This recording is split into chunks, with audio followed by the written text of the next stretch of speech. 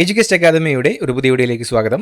കേരള PSCയുടെ പരീക്ഷകളിൽ ആവർത്തിച്ച് ചോദിക്കുന്ന ചില ചരിത്ര ചോദ്യങ്ങളും ഉത്തരങ്ങളുമാണ് ഈ വീഡിയോയിലൂടെ നമ്മൾ നോക്കുന്നത്. അപ്പോൾ പരീക്ഷകൾക്ക് തയ്യാറെടുക്കുന്നവർ തീർച്ചയായും വീഡിയോ മുഴുവനായിട്ട് കാണാൻ ശ്രമിക്കുക. ചോദ്യങ്ങളിലേക്ക് കടക്കാം. 1498 വാസ്കോഡ ഗാമ ഇന്ത്യയിൽ എവിടെയാണ് കപ്പലിറങ്ങിയത്? കാപ്പാട്. 1498 വാസ്കോഡ ഗാമ ഇന്ത്യയിൽ കാപ്പാടാണ് കപ്പലിറങ്ങിയത്. സാവോ ഗബ്രിയേൽ എന്ന പ്രധാന കപ്പലിൽ പോർച്ചുഗീസ് നാവികനായ വാസ്കോഡ ഗാമ ആഫ്രിക്കയിലെ ഗുഡ് ഹോപ്പ് മുനമ്പ് ചുറ്റി ഗുജറാത്തി നാവികനായ അബ്ദുൽ മജീദിന്റെ സഹായത്തോടെ 1498 മെയ് 20 കോഴിക്കോടിനടുത്തുള്ള കാപ്പാട് കടപ്പുറത്ത് എത്തിച്ചേർന്നു. അന്നത്തെ കോഴിക്കോട് ഭരണാധികാരിയായിരുന്ന സാമൂതിരി രാജാവ് അദ്ദേഹത്തെ ഊഷ്മളമായി സ്വീകരിച്ചു. യൂറോപ്പിൽ നിന്നും ഇന്ത്യയിലേക്കുള്ള പുതിയ കടൽ മാർഗം കണ്ടുപിടിച്ചതോടെ ഇരു രാജ്യങ്ങളും തമ്മിലുള്ള സുഗന്ധവ്യഞ്ജന വ്യാപാര ബന്ധത്തിന് ഇത് വഴിതെളിച്ചു. ഈ ചരിത്രപരമായ സന്ദർശനം പോർച്ചുഗീസുകാർ അടക്കമുള്ള യൂറോപ്യൻ ശക്തികൾ ഇന്ത്യയിൽ വേരുറപ്പിക്കാൻ കാരണമായി. 1565 വിജയനഗര സാമ്രാജ്യം അധപതിക്കാൻ കാരണമായ യുദ്ധം ഏതായിരുന്നു? തളിക്കോട്ട യുദ്ധം. തളിക്കോട്ട യുദ്ധമായിരുന്നു 1565 വിജയനഗര സാമ്രാജ്യം അധപതിക്കാൻ കാരണമായ യുദ്ധം. രാക്ഷസ തങ്കടി യുദ്ധം എന്നും അറിയപ്പെടുന്ന തളിക്കോട്ട യുദ്ധം വിജയനഗര സാമ്രാജ്യവും ഡെക്കാൻ സുൽത്താനേറ്റുകളുടെ സഖ്യവും തമ്മിലാണ് നടന്നത്. വിജയനഗര ഭരണാധികാരിയായിരുന്ന അലിയ രാമരായർ നേതൃത്വം നൽകിയ ഈ യുദ്ധത്തിൽ സുൽത്താനേറ്റുകളുടെ ശക്തമായ പീരങ്കിപ്പടയും സൈന്യത്തിലെ കൂറുമാറ്റവും ഗിലാനി സഹോദരന്മാരുടെ കൂറുമാറ്റവും രായരുടെ വധവും വിജയനഗരത്തിന്റെ പരാജയത്തിന് കാരണമായി. ഈ പരാജയത്തെ തുടർന്ന് തലസ്ഥാനമായ ഹംപി ശത്രുക്കൾ കൊള്ളയടിച്ച് നശിപ്പിക്കുകയും ദക്ഷിണേന്ത്യയിലെ ശക്തമായ ഹിന്ദു സാമ്രാജ്യത്തിന് അന്ത്യം കുറിക്കുകയും ചെയ്തു. 1600 ഇംഗ്ലീഷ് ഈസ്റ്റ് ഇന്ത്യ കമ്പനി രൂപീകരിക്കുന്നതിനുള്ള ചാർട്ടറിൽ ഒപ്പുവെച്ചത് ആരാണ്? എലിസബത്ത് രാജ്ഞി.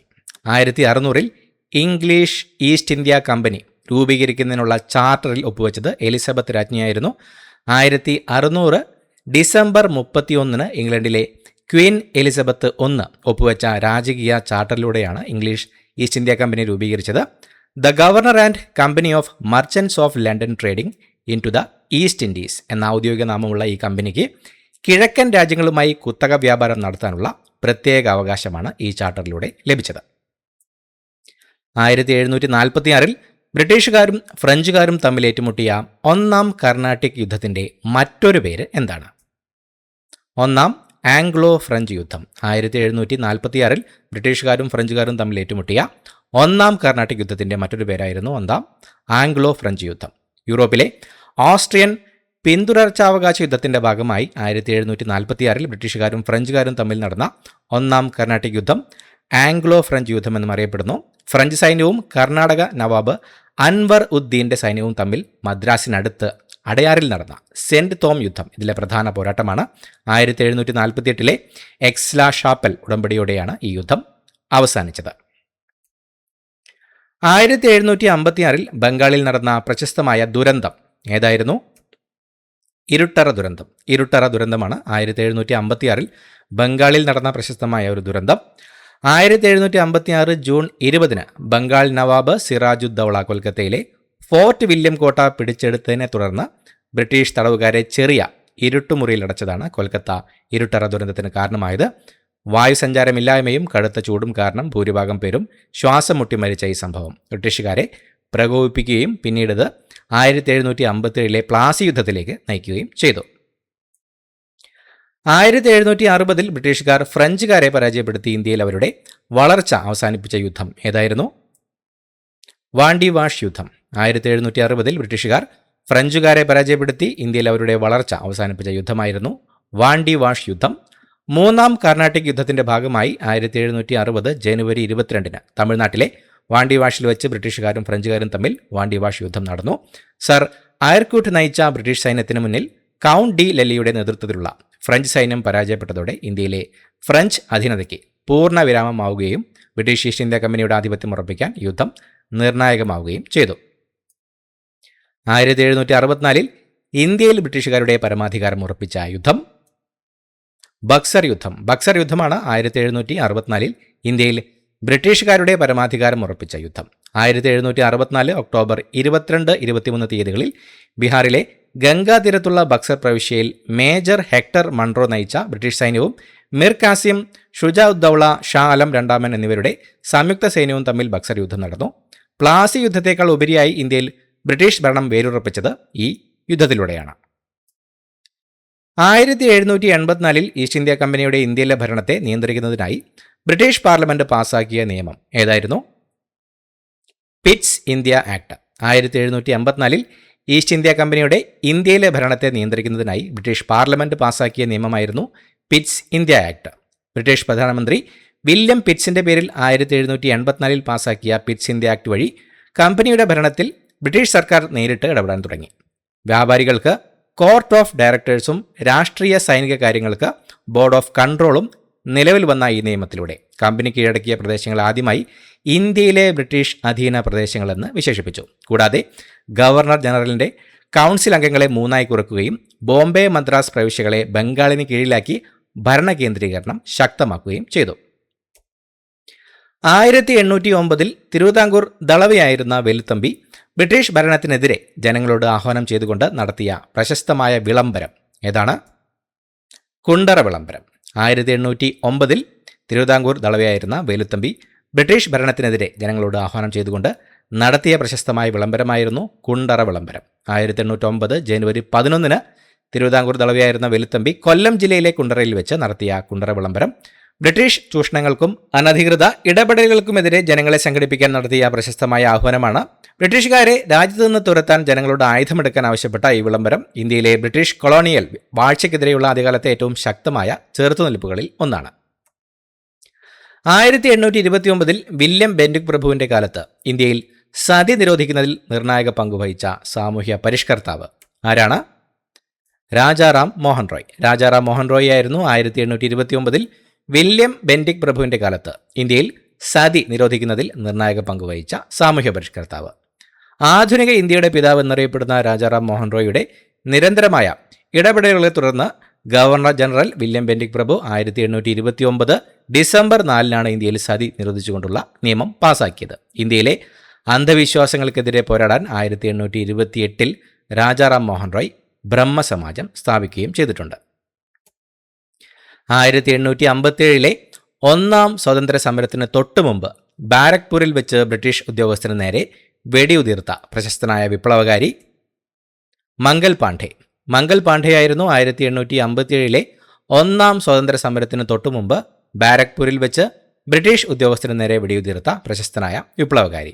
1857 മാർച്ച് 29 ബാരക്പൂരിൽ വെച്ച് ബ്രിട്ടീഷ് ഉദ്യോഗസ്ഥർക്ക് നേരെ വെടിയുതിർത്ത 34ാം ബംഗാൾ നേറ്റീവ് ഇൻഫൻട്രി ഭടനായ മംഗൾ പാണ്ഡെ ഒന്നാം സ്വാതന്ത്ര്യ സമരത്തിന് വിത്തുപാകിയ ആദ്യത്തെ രക്തസാക്ഷിയായി അറിയപ്പെടുന്നു.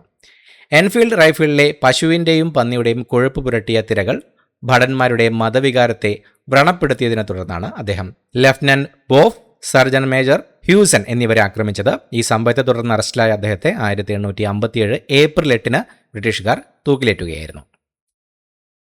1858 ഒന്നാം സ്വാതന്ത്ര്യ സമരത്തിന് ശേഷം ഇന്ത്യയുടെ ഭരണം ഈസ്റ്റ് ഇന്ത്യ കമ്പനിയിൽ നിന്നും ബ്രിട്ടീഷ് രാജ്ഞി നേരിട്ട് ഏറ്റെടുത്ത വിളംബരം ഏതാണ്? വിക്ടോറിയ രാജ്ഞിയുടെ വിളംബരം. 1858 ഒന്നാം സ്വാതന്ത്ര്യ സമരത്തിന് ശേഷം ഇന്ത്യയുടെ ഭരണം ഈസ്റ്റ് ഇന്ത്യ കമ്പനിയിൽ നിന്നും ബ്രിട്ടീഷ് രാജ്ഞി നേരിട്ട് ഏറ്റെടുത്ത വിളംബരമാണ് വിക്ടോറിയ രാജ്ഞിയുടെ വിളംബരം. 1858 നവംബർ 1 ഉത്തർപ്രദേശിലെ അല്ലാഹാബാദിൽ വെച്ച് പുതിയ വൈസ്രോയിയായ കാനിംഗ് പ്രഭു വായിച്ചു കേൾപ്പിച്ച വിക്ടോറിയ രാജ്ഞിയുടെ വിളംബരത്തിലൂടെ ഒന്നാം സ്വാതന്ത്ര്യ സമരത്തിന് ശേഷം ഇന്ത്യയുടെ ഭരണം ഈസ്റ്റ് ഇന്ത്യ കമ്പനിയിൽ നിന്നും ബ്രിട്ടീഷ് രാജ്ഞി നേരിട്ട് ഏറ്റെടുത്തു. ഗവർണർ ജനറൽ പദവി വൈസ്രോയി എന്ന് പുനർനാമകരണം ചെയ്യപ്പെട്ട ഈ നിയമത്തിലൂടെ കാനിംഗ് പ്രഭു ആദ്യത്തെ വൈസ്രോയിയായി മാറി. മതപരമായ കാര്യങ്ങളിൽ ഇടപെടില്ലെന്നും പഴയ ഉടമ്പടികൾ പാലിക്കുമെന്നും യോഗ്യതയുടെ അടിസ്ഥാനത്തിൽ ജാതി മതഭേദമന്യേ സർക്കാർ ഉദ്യോഗങ്ങൾ നൽകുമെന്നും വാഗ്ദാനം ചെയ്ത ഈ വിളംബരം ഇന്ത്യക്കാരുടെ മാഗ്ന കാർട്ട എന്നും വിശേഷിപ്പിക്കപ്പെടുന്നു. 1856 ഈസ്റ്റ് ഇന്ത്യ കമ്പനിയുടെ ഭാഗമായി പിടിച്ചെടുത്ത വടക്കേ ഇന്ത്യയിലെ പ്രശസ്തമായ പ്രധാന രാജ്യം ഏതായിരുന്നു? അവധ്. 1856 ഈസ്റ്റ് ഇന്ത്യ കമ്പനിയുടെ ഭാഗമായി പിടിച്ചെടുത്ത വടക്കേ ഇന്ത്യയിലെ പ്രശസ്തമായ പ്രധാന രാജ്യം ആയിരുന്നു അവധ്. 1856 ഗവർണർ ജനറൽ ഡൽഹൌസി പ്രഭു ഭരണസ്തംഭനം ആരോപിച്ചുകൊണ്ട് നവാബ് വാജിദ് അലി ഷായുടെ കീഴിലുണ്ടായിരുന്ന അവധ് രാജ്യം ബ്രിട്ടീഷ് ഇന്ത്യയോട് കൂട്ടിച്ചേർത്തു. ഡൽഹൌസിയുടെ വിപുലീകരണ നയങ്ങളുടെ ഭാഗമായുള്ള ഈ നടപടി ജനങ്ങളിലും സൈനികരിലും വലിയ അമർഷമുണ്ടാക്കുകയും 1857 ഒന്നാം സ്വാതന്ത്ര്യ സമരത്തിന് ആക്കം കൂട്ടിയ പ്രധാന കാരണങ്ങളിൽ ഒന്നായി മാറുകയും ചെയ്തു. 1853 ഇന്ത്യയിൽ ആദ്യത്തെ പാസഞ്ചർ ട്രെയിൻ സർവീസ് ആരംഭിച്ചത് ബോംബെ മുതൽ താനെ വരെ. 1853 ഇന്ത്യയിൽ ആദ്യത്തെ പാസഞ്ചർ ട്രെയിൻ സർവീസ് ആരംഭിച്ചത് ബോംബെ മുതൽ താനെ വരെ ആയിരുന്നു. 1853 ഏപ്രിൽ 16 ഇന്ത്യയിലെ റെയിൽവേയുടെ പിതാവ് എന്നറിയപ്പെടുന്ന ഡൽഹൌസി പ്രഭുവിൻ്റെ ഭരണകാലത്ത് ബോംബെയിലെ ബോറി ബന്ദർ സ്റ്റേഷനും താനെയും തമ്മിലുള്ള 34 കിലോമീറ്റർ ദൂരത്തിലാണ് രാജ്യത്ത് ആദ്യത്തെ പാസഞ്ചർ ട്രെയിൻ സർവീസ് ആരംഭിച്ചത്. 1793 ബംഗാളിൽ സ്ഥിര ഭൂനികുതി വ്യവസ്ഥ നടപ്പിലാക്കിയ ബ്രിട്ടീഷ് ഗവർണർ ജനറൽ കോൺവാലിസ് പ്രഭു ആയിരുന്നു 1793 ബംഗാളിൽ സ്ഥിര ഭൂനികുതി വ്യവസ്ഥ നടപ്പിലാക്കിയ British governor general. 1793 Bengal, Bihar, Orissa എന്നീ പ്രദേശങ്ങളിൽ ഗവർണർ ജനറൽ കോൺവാലിസ് പ്രഭു നടപ്പിലാക്കിയ സ്ഥിര ഭൂനികുതി വ്യവസ്ഥ അഥവാ സെമീന്ദാരി സമ്പ്രദായ പ്രകാരം ഭൂമിയുടെ ഉടമസ്ഥാവകാശം സെമീന്ദർമാർക്ക് നൽകുകയും കർഷകർ കുടിക്കിടപ്പുകാരായി മാറുകയും ചെയ്തു.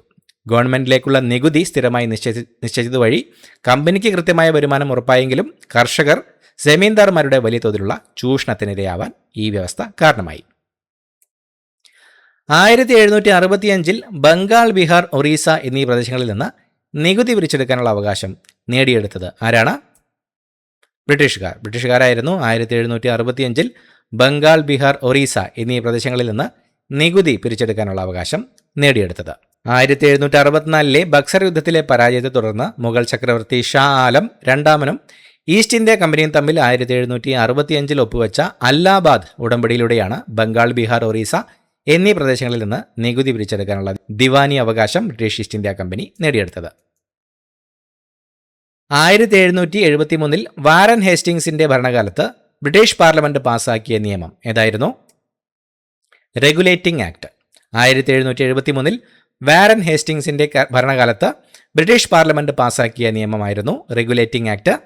1773 ഗവർണർ ജനറൽ വാരൻ ഹേസ്റ്റിംഗ്സിന്റെ ഭരണകാലത്ത് ഈസ്റ്റ് ഇന്ത്യ കമ്പനിയുടെ കാര്യങ്ങൾ നിയന്ത്രിക്കാൻ ബ്രിട്ടീഷ് പാർലമെന്റ് പാസാക്കിയ ആദ്യ നിയമമാണ് regulating act.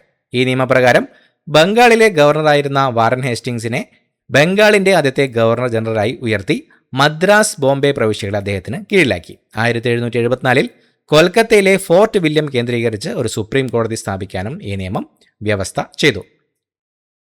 1611 British East India company സ്ഥാപിച്ച ആദ്യത്തെ താൽക്കാലിക ഫാക്ടറി എവിടെയായിരുന്നു? Masulipatnam. 1611 British East India company സ്ഥാപിച്ച ആദ്യത്തെ താൽക്കാലിക ഫാക്ടറി മസൂലിപ്പട്ടണത്തായിരുന്നു. 1611 ബ്രിട്ടീഷ് ഈസ്റ്റ് ഇന്ത്യ കമ്പനി ആന്ധ്രാപ്രദേശിലെ കോറമണ്ഡൽ തീരത്തുള്ള മസൂലിപ്പട്ടണത്ത് തങ്ങളുടെ ആദ്യത്തെ താൽക്കാലിക ഫാക്ടറി സ്ഥാപിക്കാനുണ്ടായത്. 1613 ബ്രിട്ടീഷ് ഈസ്റ്റ് ഇന്ത്യ കമ്പനി സ്ഥാപിച്ച ആദ്യത്തെ സ്ഥിരം ഫാക്ടറി എവിടെയായിരുന്നു? Surat. 1613 British East India company സ്ഥാപിച്ച ആദ്യത്തെ സ്ഥിരം ഫാക്ടറി സൂററ്റിലായിരുന്നു സ്ഥിതി ചെയ്തിരുന്നത്. ബ്രിട്ടീഷ് പ്രതിനിധി തോമസ് റോയുടെ ശ്രമഫലമായി ജഹാംഗീർ ചക്രവർത്തിയുടെ അനുമതിയോടെ 1613 ബ്രിട്ടീഷ് ഈസ്റ്റ് ഇന്ത്യ കമ്പനി ഗുജറാത്തിലെ സൂററ്റിൽ തങ്ങളുടെ ഔദ്യോഗിക ആദ്യത്തെ സ്ഥിരം ഫാക്ടറി സ്ഥാപിച്ചു. പടിഞ്ഞാറൻ ഇന്ത്യയിലെ കമ്പനിയുടെ ആദ്യകാല വ്യാപാര പ്രവർത്തനങ്ങളുടെയും ആസ്ഥാനത്തിൻ്റെയും കേന്ദ്രബിന്ദുവായി സൂറത്ത് മാറി. 1602 രൂപീകരിക്കപ്പെട്ട വിദേശ കമ്പനി ഏതായിരുന്നു? Dutch East India company. Dutch East India കമ്പനിയായിരുന്നു 1602 രൂപീകരിക്കപ്പെട്ട വിദേശ കമ്പനി.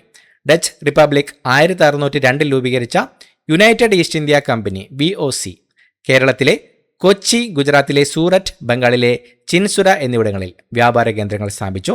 പിന്നീട് 1741 കുളച്ചൽ യുദ്ധത്തിൽ മാർത്താണ്ഡവർമ്മ മഹാരാജാവിനോട് പരാജയപ്പെട്ടതോടെ ഇന്ത്യയിലെ ഡച്ചുകാരുടെ സ്വാധീനം ക്രമേണ കുറഞ്ഞു. 1799 4ാം ആംഗ്ലോ മൈസൂർ യുദ്ധത്തിൽ ബ്രിട്ടീഷുകാരോട് പോരാടി വീരമൃത്യു വരിച്ച മൈസൂരിലെ ഭരണാധികാരി ആരാണ്? ടിപ്പു സുൽത്താൻ ആയിരുന്നു 1799 4ാം ആംഗ്ലോ മൈസൂർ യുദ്ധത്തിൽ ബ്രിട്ടീഷുകാരോട് പോരാടി വീരമൃത്യു വരിച്ച മൈസൂരിലെ ഭരണാധികാരി. 1799 മെയ് 4 നടന്ന 4ാം ആംഗ്ലോ മൈസൂർ യുദ്ധത്തിൽ ജോർജ് ഹാരിസ് പ്രഭുവിൻ്റെയും ആർതർ വെല്ലസ്ലിയുടെയും നേതൃത്വത്തിലുള്ള ബ്രിട്ടീഷ് സൈന്യത്തോട് ധീരമായി പോരാടി മൈസൂർ കടുവ എന്നറിയപ്പെടുന്ന ടിപ്പു സുൽത്താൻ തന്റെ തലസ്ഥാനമായ ശ്രീരംഗപട്ടണത്തിൽ വെച്ച് വീരമൃത്യു വരിച്ചു. ഈ വധത്തോടെ മൈസൂർ രാജ്യം പൂർണ്ണമായും ബ്രിട്ടീഷ് നിയന്ത്രണത്തിലോ അവരുടെ അധീനതയിലുള്ള നാട്ടുരാജ്യമോ ആയി മാറി. 1757 പ്ലാസി യുദ്ധത്തിൽ റോബർട്ട് ക്ലൈവ് പരാജയപ്പെടുത്തിയ ബംഗാളിലെ നവാബ് ആരാണ്? സിറാജുദ്ദൗളയായിരുന്നു 1757 പ്ലാസി യുദ്ധത്തിൽ റോബർട്ട് ക്ലൈവ് പരാജയപ്പെടുത്തിയ ബംഗാളിലെ നവാബ്. 1757 ജൂൺ 23 പശ്ചിമ ബംഗാളിലെ പ്ലാസിയിൽ വെച്ച് റോബർട്ട് ക്ലൈവ് പരാജയപ്പെടുത്തിയ ബംഗാൾ നവാബ് സിറാജുദ്ദൗള സേനാധിപനായ മിർ ജാഫറിന്റെ ചതി മൂലമാണ് തോൽവി ഏറ്റുവാങ്ങിയത്. ഇന്ത്യയിൽ ബ്രിട്ടീഷ് സാമ്രാജ്യത്വ ഭരണത്തിന് അടിത്തറയിട്ട ഈ നിർണായക യുദ്ധത്തിന് ശേഷം മിർ ജാഫർ ബംഗാളിന്റെ പുതിയ നവാബായി അവരോധിക്കപ്പെട്ടു. തന്റെ ഏഷ്യൻ യാത്രാ വിവരണങ്ങൾ 1298 തടവറയിൽ വെച്ച് പ്രസിദ്ധീകരിച്ച പ്രശസ്തനായ ഇറ്റാലിയൻ സഞ്ചാരി ആരാണ്? മാർക്കോ പോളോയാണ് തന്റെ ഏഷ്യൻ യാത്രാ വിവരണങ്ങൾ 1298 തടവറയിൽ വെച്ച് പ്രസിദ്ധീകരിച്ച പ്രശസ്തനായ ഇറ്റാലിയൻ സഞ്ചാരി. 1288 1292 ഇടയിൽ ദക്ഷിണേന്ത്യ സന്ദർശിച്ച മാർക്കോ പോളോ പാണ്ഡ്യ രാജാക്കന്മാരുടെ ഭരണകാലത്തെ സാമ്പത്തിക സാഹചര്യങ്ങളെയും മുത്തുവ്യാപാരത്തെയും കുറിച്ച് 1298 the Travels of Marco Polo എന്ന പുസ്തകത്തിൽ രേഖപ്പെടുത്തി. തടവറയിൽ വെച്ച് കൂട്ടുകാരനായ റുസ്റ്റിച്ചെല്ലോ ഡാ പിസയുടെ സഹായത്തോടെ തയ്യാറാക്കിയ ഈ കൃതി ഇന്ത്യയുടെയും ഏഷ്യൻ രാജ്യങ്ങളുടെയും സമ്പത്തിനെയും സംസ്കാരത്തെയും കുറിച്ച് യൂറോപ്യന്മാർക്ക് വിപുലമായ അറിവ് നൽകിയ ആദ്യകാല പുസ്തകങ്ങളിൽ ഒന്നാണ്. ഇത്രയുമാണ് ചോദ്യങ്ങൾ. പുതിയ വീഡിയോയുമായി വീണ്ടും കാണാം. Thank you so much for watching. Have A nice day.